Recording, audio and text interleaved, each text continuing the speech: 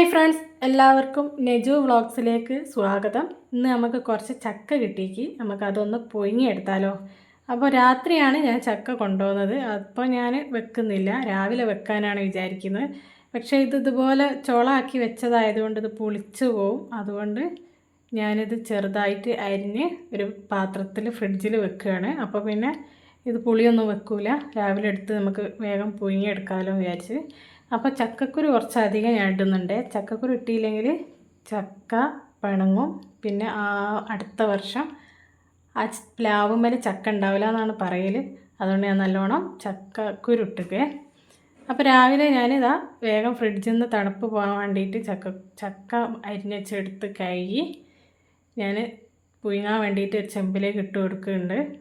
ഞാൻ ചക്കയൊക്കെ പുഴുങ്ങാൻ ഈ ഒരു പാത്രത്തിലാണ് കേട്ടോ. കുക്കറിൽ ഞാൻ വെക്കലില്ല. ചക്ക പുഴുങ്ങുമ്പോൾ ഞാൻ ചെമ്പിൽ തന്നെയാണ് ചക്ക വെക്കൽ. എനിക്കതാണ് ഒന്നും കൂടി ഒരു എളുപ്പം തോന്നുന്നത്.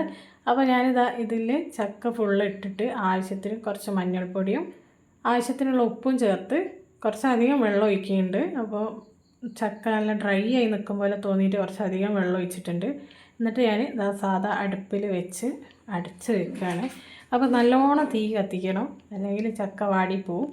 അല്ലെങ്കിൽ പിന്നെ നിങ്ങൾ ഗ്യാസുമ്മേൽ ഹൈ ഫ്ലെയിമിലിട്ടിട്ട് വേവിക്കുക. അപ്പോൾ അത് ഇടയ്ക്ക് ഇതുപോലെ ഒന്ന് ഇളക്കി കൊടുക്കണം. ആ ഉപ്പും മഞ്ഞൾപ്പൊടിയും ഒക്കെ ഒന്ന് എല്ലായിടത്തും എത്തുമ്പോൾ ഒന്ന് ഇതുപോലെ ഇളക്കി വീണ്ടും അടിച്ച് വെച്ച് വേവിക്കുക.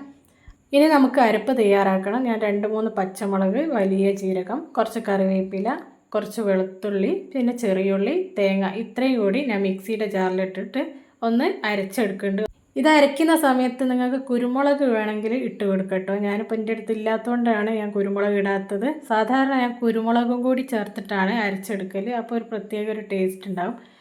അപ്പോൾ ഇതെല്ലാം കൂടി കുറച്ച് വെള്ളം ഒഴിച്ചിട്ട്, കുറച്ച് ഒഴിച്ചാൽ മതി, അത് ഒഴിച്ചിട്ട് ഇതുപോലെ ഒന്ന് അരച്ചെടുക്കുക. ഒന്നായിട്ട് പേസ്റ്റായി പോവാതെ നോക്കണം.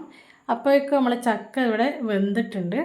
ഇനി ഇത് നല്ലോണം ഒന്ന് ഉടച്ചെടുക്കണം. ഞാൻ ഈ ഒരു കടക്കോലെടുത്തിട്ട് നന്നായിട്ട് ഉടച്ചെടുക്കുന്നുണ്ട്. അങ്ങനെ നല്ലോണം ഉടച്ചെടുത്തതിന് ശേഷം മാത്രമാണ് നമ്മൾ ഈ അരപ്പ് ചേർത്ത് കൊടുക്കുക. ഞാൻ നല്ലോണം ഉടയുന്നതാണ് എനിക്കിഷ്ടം, അതുകൊണ്ട് ഞാൻ നല്ലോണം ഉടച്ചെടുക്കുന്നുണ്ട്. എന്നിട്ട് അതിലേക്ക് നമ്മൾ അരച്ച് വെച്ച അരപ്പും കൂടി ചേർത്ത് വീണ്ടും നന്നായിട്ട് ഇളക്കി യോജിപ്പിക്കുക.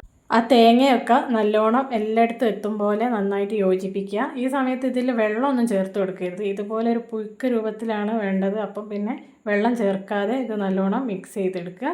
അപ്പോൾ നമ്മളെ ചക്ക പുഴുക്ക് ഇവിടെ റെഡി ആയിട്ടുണ്ട്. ഞാനിത് അപ്പോൾ തന്നെ പ്ലേറ്റിലേക്ക് മാറ്റുകയാണ്. ഇതിൻ്റെ കൂടെ ചിക്കൻ കറി, ബീഫ് കറി, മീൻ കറി, ഇതൊക്കെ നല്ല കോമ്പിനേഷനാണ് കേട്ടോ. അപ്പോൾ എൻ്റെ വീഡിയോ ഇഷ്ടമായാൽ ലൈക്ക് ചെയ്യുക, ചാനലൊന്ന് സബ്സ്ക്രൈബ് ചെയ്യുക. എന്നാൽ ശരി.